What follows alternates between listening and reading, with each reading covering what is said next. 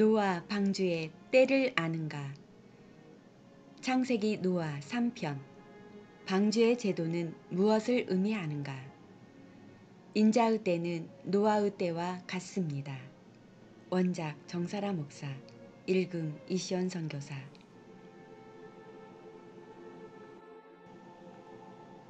제목, 방주의 제도는 무엇을 의미하는가?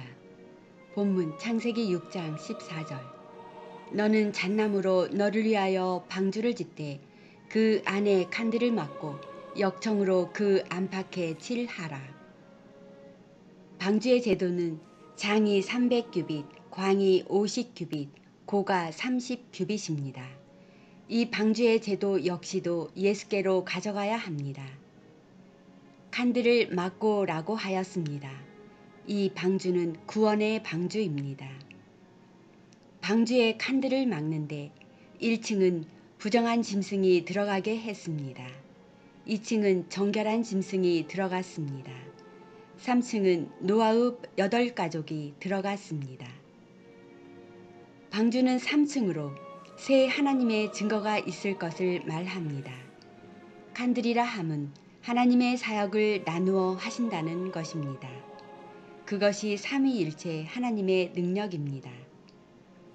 그러나 그 안에 들어간 짐승들은 칸들의 역사 안에서 변화를 단계별로 받아야 자신의 방주를 노아처럼 완전하게 지을 수 있다는 것입니다. 1층은 부정한 짐승이 들어갔습니다. 죄인은 부정한 자입니다. 창세기 7장 2절에서 3절. 너는 모든 정결한 짐승은 암수 7씩, 부정한 것은 암수 2씩을 내게로 취하며 공중의 새도 암수 7씩을 취하여 그 씨를 온 지면에 유정케 하라. 이것은 유기적 짐승을 사용하여 은유적 깨달음을 위한 방법론입니다. 이 부정한 짐승 암수 2쌍은 1층에 거합니다. 이 부정한 짐승은 정결해져야 합니다. 모세는 정하고 부정한 것에 대한 구별은 레위기 12장에서 15장까지의 정결법에 의합니다. 이 구별은 일상생활 중 가장 기본적인 정결에 관한 규례입니다. 정결한 짐승으로 먹을 수 있는 것은 굽이 갈라져 쪽발이 된 짐승과 새김질하는 것입니다. 부정한 짐승은 약대, 사반, 토끼, 돼지 등입니다. 하나님께서 먹지 못할 짐승은 그 죽음도 만지지 말라 하셨습니다. 부정한 짐승 사반에 대하여 레위기 11장 5절. 사반도 새김질하되 굽이 갈라지지 아니하였으므로 너희에게 부정하고. 그러나 만물은 타락하지 않았습니다. 오직 사람이 하나님께 범죄했습니다. 짐승이 부정하다는 것이 아닙니다. 죄인을 깨닫게 하기 위하여 부정한 짐승이 무엇임을 깨닫게 하는 것입니다. 하여 유대인을 정결한 백성으로 이방인은 부정한 백성이라 합니다. 하여 부정한 죄인은 율법을 통하여 죄를 깨달아야 합니다. 로마서 3장 20절. 그러므로 율법의 행위로 그의 앞에 의롭다 하심을 얻을 육체가 없나니 율법으로는 죄를 깨달음이니라. 이 율법은 여호와 하나님이 주신 것입니다. 이사야 33장 22절. 대저 여호와는 우리 재판장이시요 여호와는 우리에게 율법을 세우신 자시요 여호와는 우리의 왕이시니 우리를 구원하실 것임이니라. 그러므로 이 법은 범법함으로 온 것입니다. 갈라디아 3장 19절. 그런즉 율법은 무엇이냐? 범법함을 인하여 더한 것이라. 천사들로 말미암아 중보의 손을 빌어 베푸신 것인데 약속하신 자손이 오시기까지 있을 것이라. 약속한 자손이 오시기까지 있을 법입니다. 그러므로 제사장들은 정하고 부정한 것을 가려주어야 합니다. 에스겔서 22장 26절. 그 제사장들은 내 율법을 범하였으며 나의 성물을 더럽혔으며 거룩함과 속된 것을 분변치 아니하였으며 부정함과 정한 것을 사람으로 분변하게 하지 아니하였으며 그 눈을 가리워 나의 안식일을 보지 아니하였으므로 내가 그 가운데서 더럽힘을 받았느니라. 제사장들은 성소를 더럽혔습니다. 스바냐 3장 4절. 그 선지자들은 위인이 경솔하고 간사한 자요 그 제사장들은 성소를 더럽히고 율법을 범하였도다. 결국 노아 1층의 역사는 여호와 하나님의 때를 설명하는 것입니다.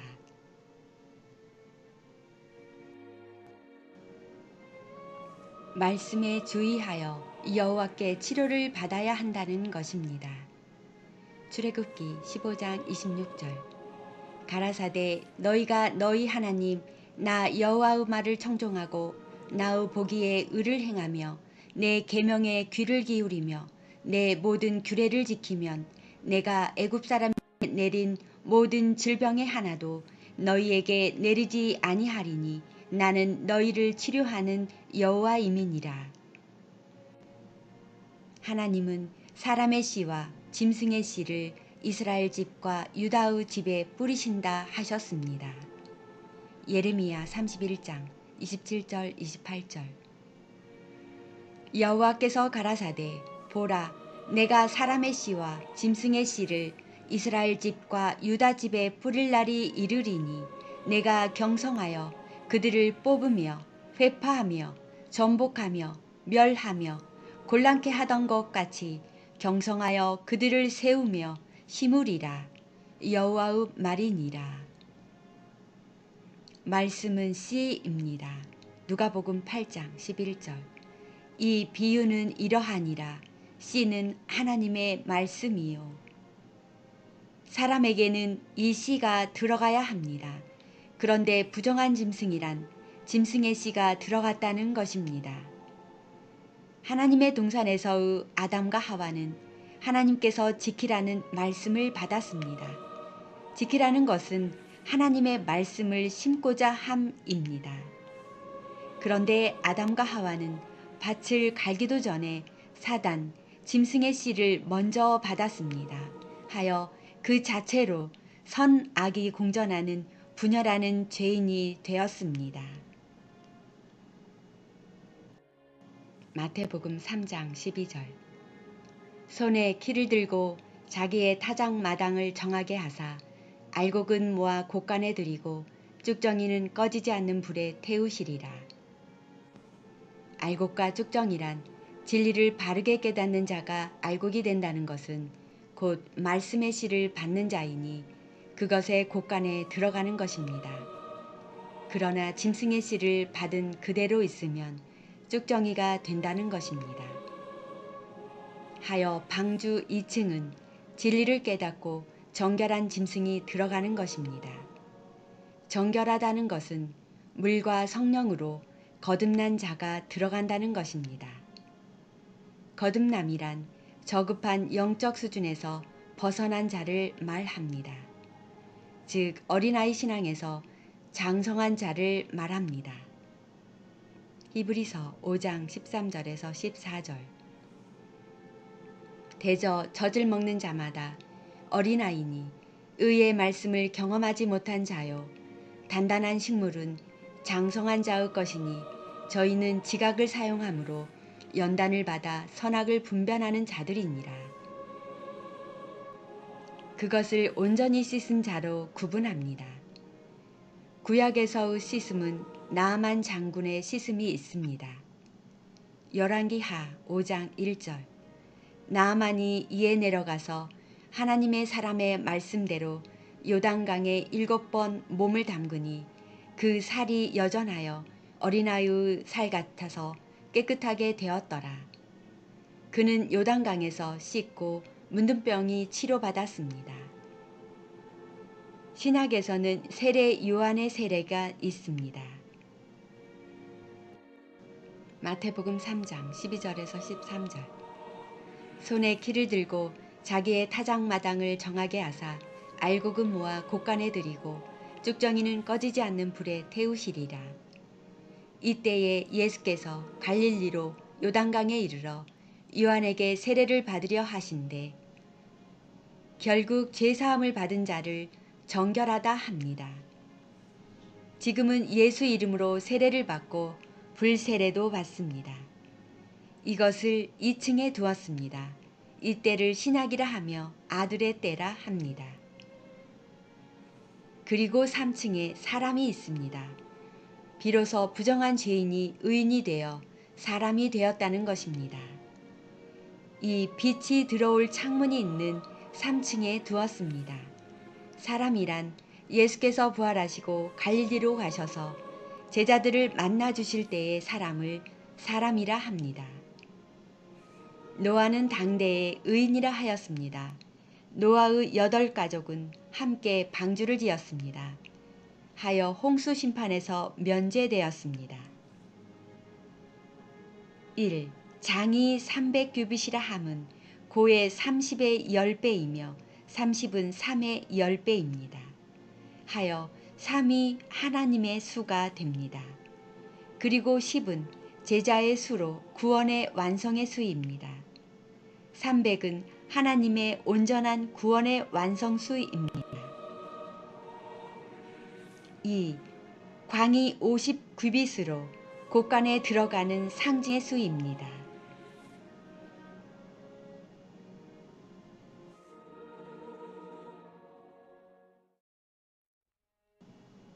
야고보서 1장 18절. 그가 그 조물 중에 우리로 한 첫 열매가 되게 하시려고 자기의 뜻을 좇아 진리의 말씀으로 우리를 낳으셨느니라. 신명기 16장 13절. 너희 타작마당과 포도주 틀의 소출을 수장한 후에 7일 동안 초막절을 지킬 것이요. 사도행정 2장 1절에서 4절. 오순절 날이 이미 이름에 저희가 다 같이 한 곳에 모였더니 호련히 하늘로부터 급하고 강한 바람 같은 소리가 있어 저희 앉은 온 집에 가득하며 불의 혀같이 갈라지는 것이 저희에게 보여 각 사람 위에 임하여 있더니 저희가 다 성령의 충만함을 받고 성령이 말하게 하심을 따라 다른 방언으로 말하기를 시작하니라. 셋째, 고는 30규빗으로 그리스도를 상징하는 수입니다. 30세와 3년 공생애와 3일 무덤을 말합니다. 누가복음 3장 23절. 예수께서 가르치심을 시작할 때에 30세쯤 되시니라. 이와 같은 방주의 3층 구조는 셋 하늘의 상징입니다. 새 하늘의 하늘이란 인간의 영과 혼과 육을 완전히 구원하시겠다는 의미입니다. 1층은 육으로 부정한 짐승을, 2층은 혼으로 정결한 짐승을, 3층은 영으로 사람이 거하도록 설계되었습니다. 하나님은 영이심으로 사람도 영 차원에서 하나님을 만나야 한다는 뜻이 방주의 구조입니다. 요한복음 6장 63절. 주의 말씀은 살리시는 것은 영이니 육은 무익하니라. 내가 너희에게 이른 말이 영이요 생명이라. 내 입에서 나가는 말이 영이요 생명이라 하셨습니다. 창세기 6장 22절. 노아가 그와 같이 하되 하나님이 자기에게 명하신 대로 다 준행하였더라. 노아는 이렇게 방주를 완성했습니다. 노아가 방주를 다 짓는 것이 노아의 의로움이었습니다. 그리고 지금부터 7일이면 40주야를 땅에 비를 내어 나의 지은 모든 생물을 쓸어버리리라. 노아가 하나님의 명하신 대로 준행하니라. 창세기 7장 1절에서 3절.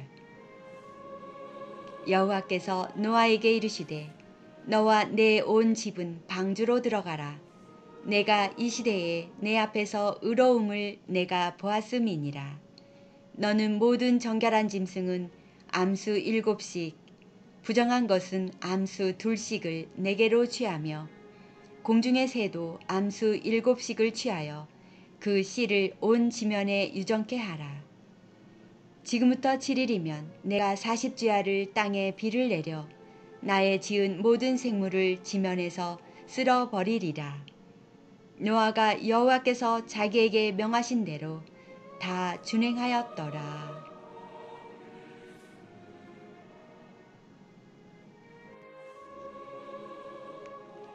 방주의 제도는 무엇을 의미하는가를 묵상하며 기도를 드립니다. 태초에 말씀으로 계시며 그 말씀이 곧 생명이신 우리의 구원자 전능하신 하나님을 찬양합니다. 노아의 방주를 통하여 우리의 신앙 상태를 육, 혼, 영의 사람으로 구분하여 영의 사람으로까지 회개하여 생명을 찾게끔 율법을 주시며 방주를 짓게 하신 생명의 씨를 뿌리시는 구원자 하나님께 감사하나이다. 주의 말씀은 살리시는 것은 영이니 육은 무익하니라. 내가 너희에게 이른 말이 영이요 생명이라고 말씀하시며 그 방주의 지혜를 배워 영생에 이르는 길에 함께하신 하나님을 찬양합니다. 또한 손에 키를 들고 자기의 타작마당을 정하게 하사 알곡은 모아 곳간에 들이고 쭉저기는 꺼지지 않는 불에 태우신다는 말씀으로 우리의 지난날의 어린아이와 같은 영적 상태를 회개하며 노아의 방주를 짓는 그 장성한 분량의 영적 상태로 거듭나겠습니다. 죄와 사망으로 쭉쟁이가 되어 유황불에 태워질 우리에게 회개케 하여 정결하게 하시며 생명의 말씀의 씨로 영의 사람으로 거듭나며 영생의 축복을 주시는 주 예수 그리스도의 이름으로 감사하며 말씀께 기도드립니다. 아멘. 지금까지 한국 어머니 중보기도회에서 기도드렸습니다.